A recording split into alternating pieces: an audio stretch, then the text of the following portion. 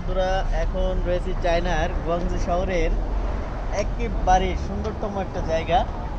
আমার পিছনে যে দেখতে পাচ্ছেন, একটা লাইটিং সম্পূর্ণ একটা ব্রিজ, এটা পার্ল রিভার ভিউ। আমরা এখানে আসছি, এটা রাতের জন্য আসলে সৌন্দর্যমণ্ডিত হয়ে ওঠে।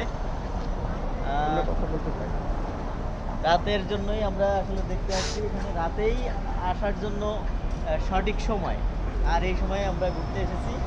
আমার সাথে কামাল ভাই আছে, একেবারে আমার বিশ্বস্ত একজন সঙ্গী, যে আমার সাথে আসলে বিভিন্ন দেশেই গিয়েছে, মালদ্বীপ, শ্রীলঙ্কা, চায়না।